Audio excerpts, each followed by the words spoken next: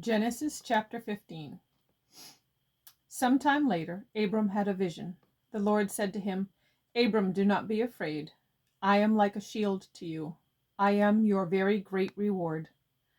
But Abram said, Lord and King, what can you give me? I still don't have any children. My servant Eliezer comes from Damascus. When I die, he'll get everything I own.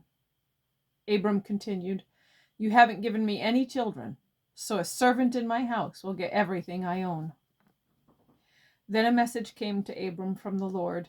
He said, This man will not get what belongs to you. A son will come from your own body. He will get everything you own. The Lord took Abram outside and said, Look up at the sky. Count the stars if you can.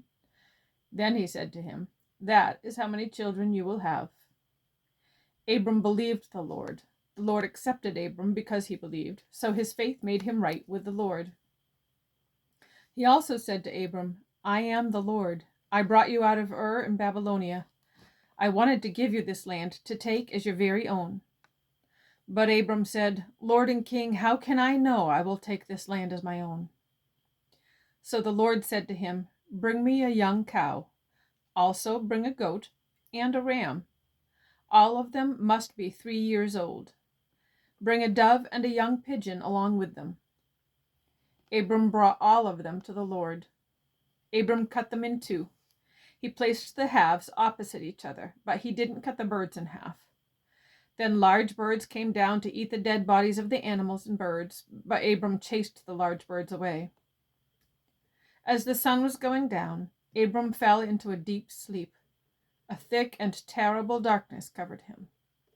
Then the Lord said to him, You can be sure of what I am about to tell you. Your children who live after you will be strangers in a country that does not belong to them. They will become slaves. They will be treated badly for 400 years. But I will punish the nation that makes them slaves. After that, they will leave with all kinds of valuable things. But you will die in peace. You will join the members of your family who have already died. You will be buried when you are very old. Your children's grandchildren will come back here. That is because the sin of the Amorites has not yet reached the point where I must judge them. The sun set and darkness fell. Then a burning torch and a fire pot filled with smoke appeared.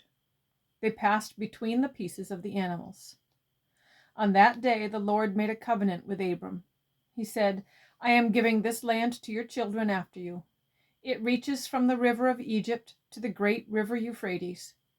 It includes the land of the Kenites, the Kenizzites, Cadmonites, Hittites, Perizzites, and Rephaites. The Amorites, Canaanites, Girgashites, and Jebusites also live there.